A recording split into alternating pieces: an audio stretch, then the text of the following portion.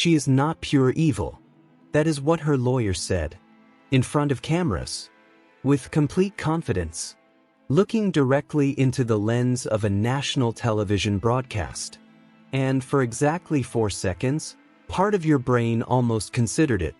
Then you hear what investigators found inside that house. Then you hear what a first responder said he could still smell on his own skin 24 hours after walking through that door. Then you hear the word that law enforcement used to describe the children they found inside. And you realize that evil is not even the right word. Because evil implies something dramatic. Something loud. Something that announces itself.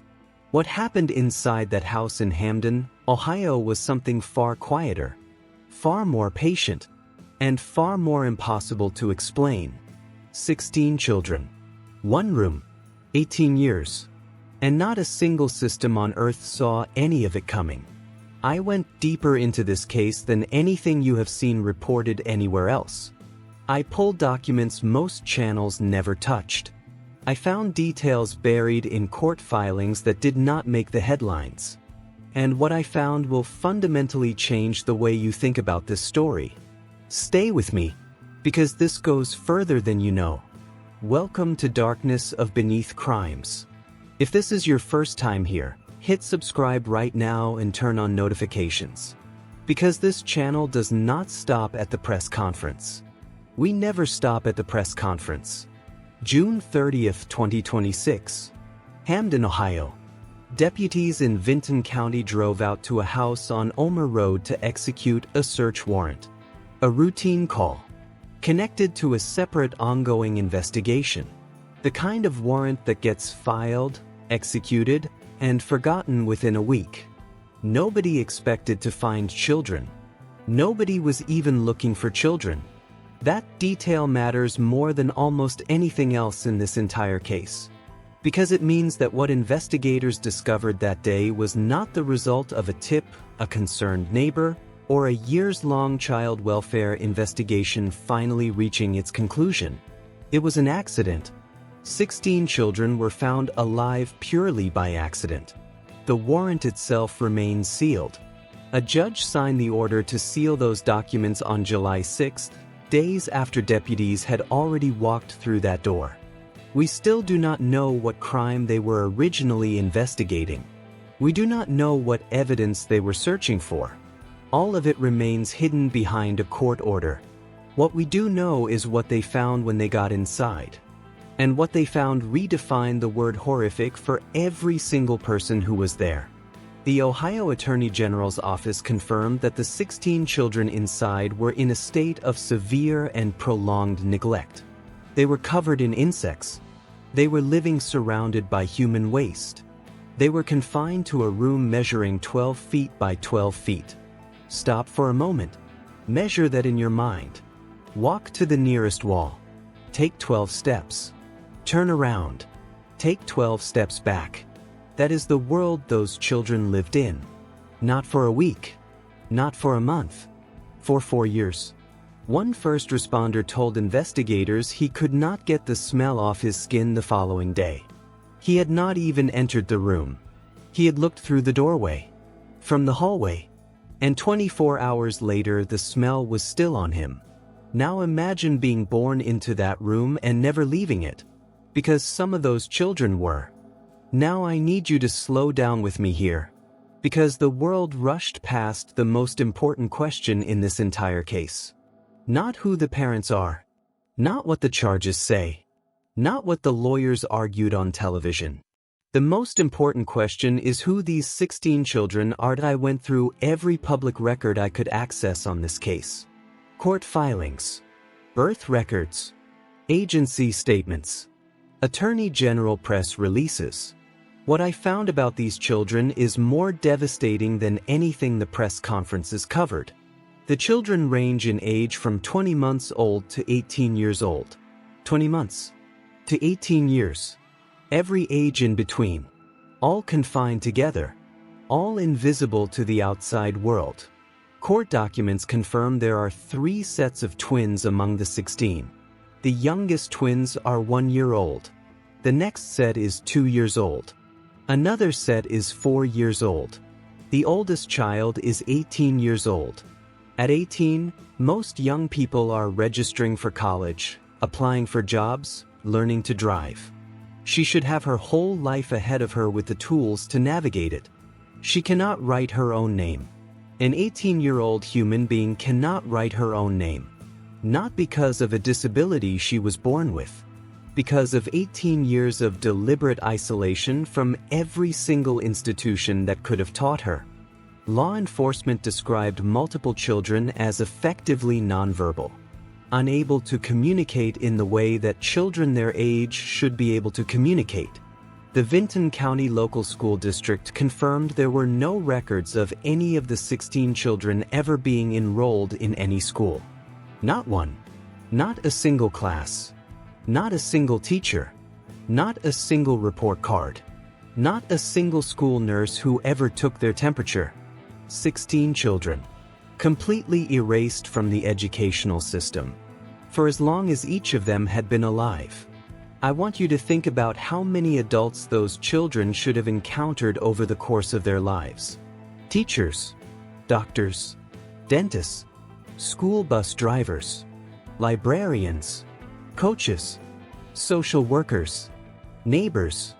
Not one of them ever saw these children, because not one of them was ever allowed to. Here is what I found when I went deeper into who was living in that house. Gary Siders Jr. is 36 years old. Elizabeth Siders is 33 years old. They are the parents of all 16 children. Gary Siders Sr., 73 years old, and Christina Siders, 67 years old, are the paternal grandparents. All 4 adults were in that house. All 4 adults were arrested on June 30th. All 4 adults now face criminal charges. 4 adults. 4 arrests. A combined 68 felony counts of child endangerment. And prosecutors have publicly confirmed that more charges are expected as investigators continue working through the evidence collected from inside that home. 68 felony charges, and they are not finished counting yet. All 4 defendants entered not guilty pleas. Bond was set at $300,000 each. But here is where this story splits into something far more complicated than a simple case of evil parents and evil grandparents. When I dug into the records surrounding Elizabeth Siders specifically, what I found raised questions that this case has not yet answered publicly. Elizabeth Siders married Gary Siders Jr. in March 2008. She was 15 years old. He was 18. Her parents gave their consent. The marriage took place under West Virginia law, which at the time permitted marriage at any age with parental consent. Her marriage certificate lists her education as having stopped at the 8th grade. She was a pregnant 15-year-old child with an 8th grade education marrying an adult man in another state with her parents' blessing. At the time of that wedding, she was already 7 months pregnant. Let that land completely before we move forward. Some of Elizabeth Siders' relatives have since told reporters they believe she was indoctrinated by her husband's family following the marriage. Forensic experts who study coercive control have noted publicly that in cases involving prolonged domestic abuse and isolation, a person can simultaneously be responsible for harm caused to children while also being a victim of grooming, reproductive coercion, and systematic control. Which is she? Perpetrator? Victim? Both at once? The prosecution answered that question with a single statement. Elizabeth Siders had access to a phone. She had access to the outside world. She never called 911. Not once. Not in 18 years. Her defense attorney answered with a different image entirely. A 33-year-old woman sitting in a jail cell. Exhausted. Crying. Asking her lawyer over and over what she needs to do to see her children again. Both of those things can be simultaneously true. And that is precisely what makes this case so impossible to look away from. She was 15 when it started. The youngest child found in that house was 20 months old. 18 years separated those 2 moments. and in between them, an entire world of suffering that nobody saw. This is the part of the story I want to spend real time on, because it is the part that most channels covered in 2 sentences and moved past. How does a family with 16 children disappear from the sight of every government agency, every school system, every medical institution, and every neighbor for nearly 2 decades? The answer is not simple, and it is not accidental.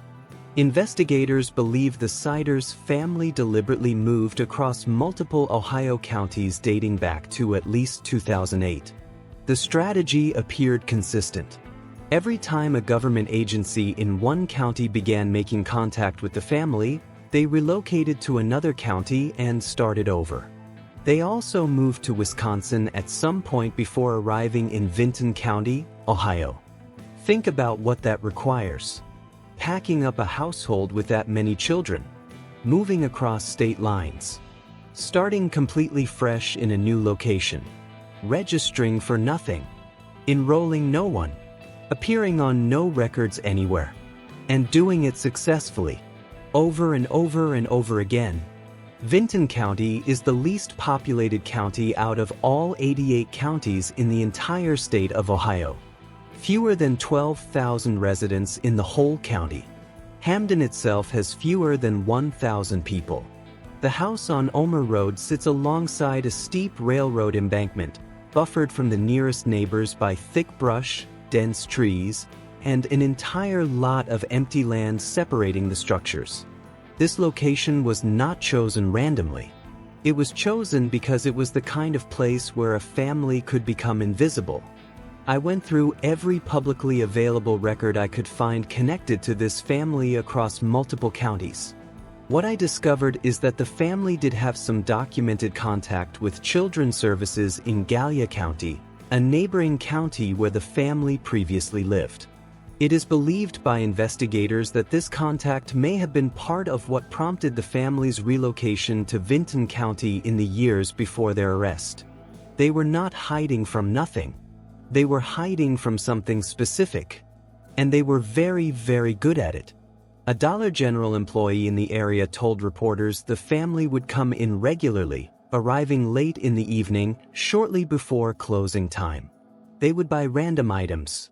They paid with a food assistance card. The employee noted the family stood out because of noticeable poor hygiene. People interacted with this family. People noticed something was different. But different is not a phone call to Child Protective Services. Different is not a welfare check. Different is just something you mention to a coworker the next morning and then forget by afternoon. The grandparents, Gary Siders Sr. and Christina Siders, were receiving government benefits at the time of the arrest. The Vinton County prosecutor confirmed that publicly, government benefit checks were reaching that address. Mail was being received. A food assistance card was being used at the local dollar store. The system knew this address existed. It just had no idea what was happening inside it. This is darkness of beneath crimes, and I want to be clear about something. We are not here to simply report what happened. We are here to ask why it was allowed to happen. Subscribe to this channel right now because that question does not have a clean answer, and we are going to keep pursuing it as this case develops. Let me tell you exactly what investigators documented when they entered that home. The floors were so severely deteriorated by filth and decay that first responders said they nearly fell through them while collecting evidence. Published photographs showed rooms consumed by garbage, discarded boxes, moldy clothing, debris covering every surface, a stained chest freezer, a basement buried under heaps of trash. Outside the house, additional piles of garbage surrounded the structure. 2 vehicles parked outside were reportedly filled with cigarette butts, wrappers, and waste. The Vinton County Sheriff confirmed he observed a high presence of bacterial contamination and human feces throughout the areas where he was collecting evidence. He then said something that has stayed with investigators and reporters who covered this story. He said livestock has been kept in better conditions than those children were kept in. The county's top law enforcement officer, the person responsible for executing that warrant, who has spent a career seeing things most people will never see. He compared those children to livestock and said the livestock had it better. The Ohio Attorney General confirmed that most of the 16 children had been confined to that 12 by 12-foot room for the majority of the last 4 years. 7 of the 16 children required immediate hospital treatment. 2 of them were so critically ill they had to be airlifted by medical helicopter to trauma centers in Columbus. 1 child was admitted to the intensive care unit in critical condition and placed on a ventilator. And here is the detail that the Attorney General stated publicly and that every single person covering this story needs to sit with. Had investigators served that warrant any later than they did, there may have been multiple deaths among those children. Multiple deaths. From waiting 1 additional day. Those children were not discovered just in time. They were discovered at the last possible moment before discovered became too late. 1 more day. That is the entire margin between 16 children rescued and 16 children who may not have survived. 1 single day. I need to stop here and tell you about something I found buried in this case that most coverage skipped entirely. There were not 16 children in this story. There were 18. Bailey Lee Siders and Faith Lee Siders were conjoined twin girls. Born at approximately 24 weeks gestation on November 20, 2022, at Riverside Methodist Hospital in Columbus, Ohio. They were joined at the chest and sharing organs. Both were born alive. Both died within approximately 1 hour of birth from respiratory failure. Their existence only became publicly known after people on social media noticed a small headstone in Hamden bearing both names. A headstone. In the yard. That is the only evidence the outside world ever received that these 2 children existed. Their deaths are not currently included in the criminal charges against the family. But here is what I need you to consider carefully. Elizabeth Siders delivered those conjoined twins at a hospital in Columbus. Medical staff were present. A birth occurred. 2 infant deaths occurred within the same hour. Every one of those events requires documentation, reporting, a paper trail. A hospital saw this family, interacted with this family, documented 2 infant deaths connected to this family. And still, 16 children remained completely invisible inside that house. How many times did this family interact with medical institutions over 18 years of nearly annual pregnancies? How many nurses, midwives, and hospital staff processed paperwork connected to this family? How many opportunities existed for someone in a position of authority to ask a deeper question? Those questions are now being asked at the highest levels of Ohio state government. And the answers, when they come, may be the most uncomfortable part of this entire case. Gary Siders Jr., Elizabeth Siders, Gary Siders Sr., and Christina Siders each face 16 counts of felony child endangerment. All 4 entered not guilty pleas. All 4 had bonds set at $300,000 each. The legal battles that have already begun in this case are extraordinary in their complexity. Elizabeth Siders' defense attorney went to national television almost immediately and began reframing the narrative. He described his client as a mother who was devastated, who was exhausted, who missed her children deeply, and who spent every conversation with him asking what she needed to do to see them again. He called the Attorney General's characterization of the case sensationalized.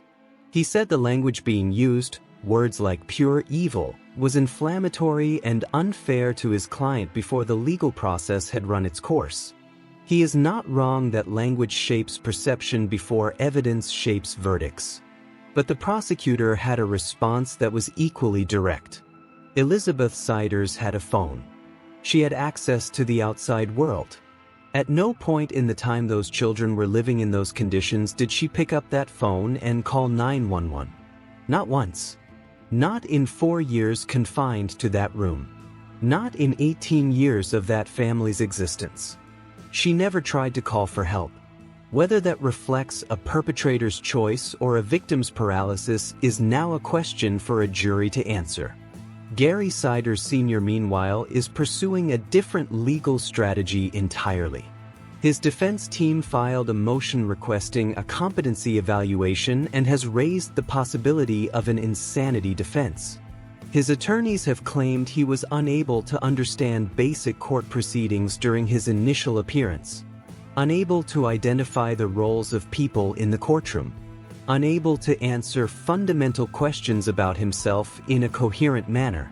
A 73-year-old man who allegedly helped conceal the existence of 16 children from the world for nearly 2 decades now claims he cannot understand the legal process designed to hold him accountable for it. Prosecutors have described the nature of this case using one specific word that carries far more weight than it initially appears to carry: intrafamilial. Officials referred to this publicly as an intra-family case, indicating that investigators believe what happened inside that house went beyond neglect and beyond physical abuse in directions that the public record has not yet fully disclosed.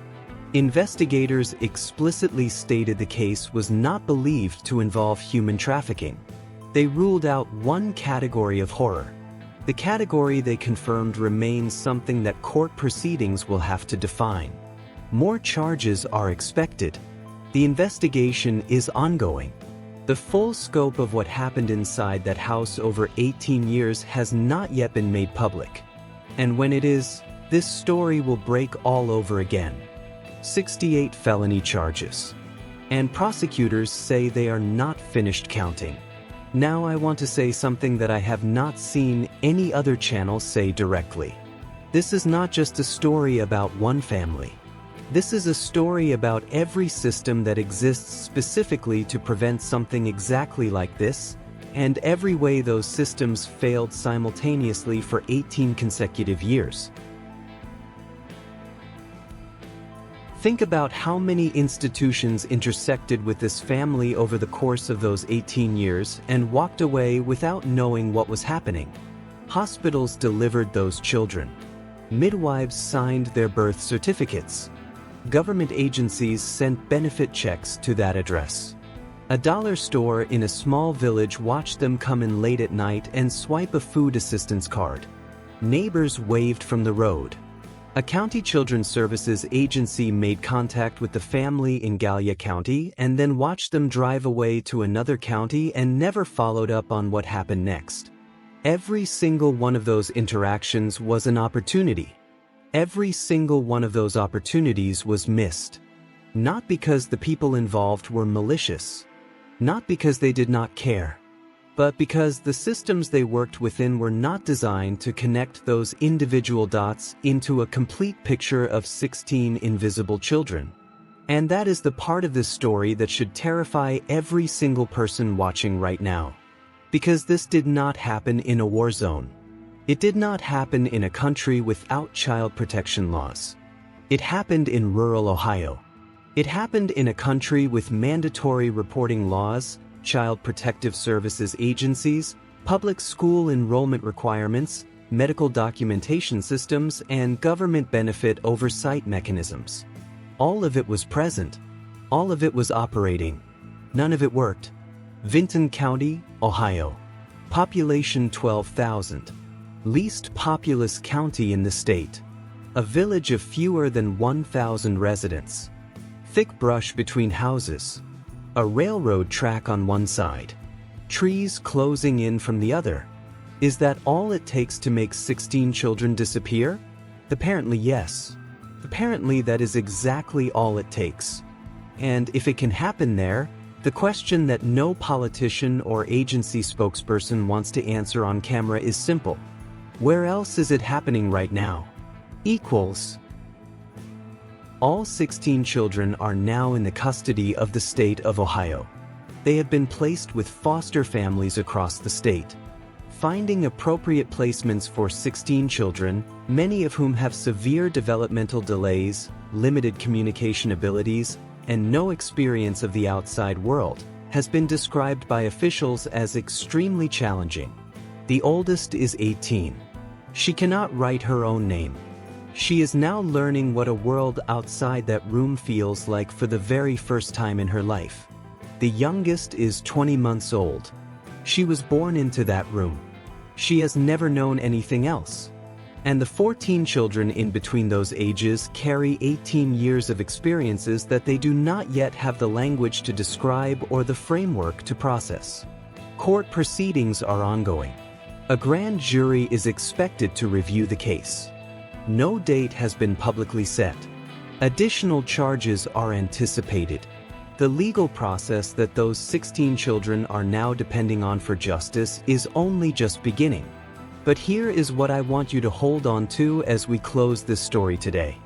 Those 16 children exist. They have names. They have birthdays. They had their entire existence erased from every record that was supposed to document that they were alive. And they survived, against conditions that should not have been survivable, against a margin of one single day between rescue and potential tragedy, against 18 years of systematic isolation from every person and institution that could have helped them. They survived. And now a courtroom in Southeast Ohio is going to decide what accountability looks like for the 4 adults who were responsible for what those children endured. Whatever that verdict eventually says, it will not give those children back the 18 years that were taken from them.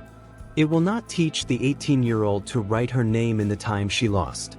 It will not give the 20-month-old a first memory that is anything other than that room, but it can say, on the official record of this country, that what happened on Ohmer Road in Hamden, Ohio, was seen, was documented, and was answered with the full weight of the law. For those 16 children, that has to mean something. Here is what this case is really about underneath every arrest and every charge and every attorney's statement to the press. It is about what happens when the systems designed to protect the most vulnerable people in our society are outmaneuvered by the very people those systems are supposed to stop. It is about what happens in the spaces between counties, between agencies, between record systems that do not talk to each other, between neighbors who wave from a moving car and keep driving. It is about what rural poverty, geographic isolation, and institutional gaps look like when they all align in the same direction at the same time around the same family. And it is about the fact that we are only having this conversation right now because a warrant for a misdemeanor charge accidentally became the lifeline for 16 children who had no other way out. No tip, no concerned teacher, no pediatrician, no social worker, no school enrollment form, no welfare check prompted by a neighbor's phone call. An accident. That is the only word for it. An accident of law enforcement circumstance is the reason those children are alive today. This case will continue developing. New charges will come. Court dates will be set. Evidence will be released. And every time this story moves forward, darkness of beneath crimes will be here going deeper than every other channel covering it. Because these 16 children deserve more than a viral news cycle that moves on to the next story in 2 weeks. They deserve a record, a full accounting, a complete telling of what happened and why it was allowed to happen and what it demands from the systems that failed them. That is what this channel exists to do. If this video moved you, share it right now. Not just because views matter, because somewhere in your circle is someone who needs to understand how darkness hides in plain sight. How silence is maintained not through dramatic conspiracy but through the quiet accumulation of missed opportunities. And how 16 children can be living in conditions beyond description in a village in rural Ohio and the entire world can drive right past them without knowing they exist. Like this video, subscribe to Darkness of Beneath Crimes, and hit the notification bell so that when this case breaks again, you are the first person to know what happened and the first person who understands why it matters. These 16 children are learning to speak. Until they can speak loudly enough for the whole world to hear them, This channel will speak for them.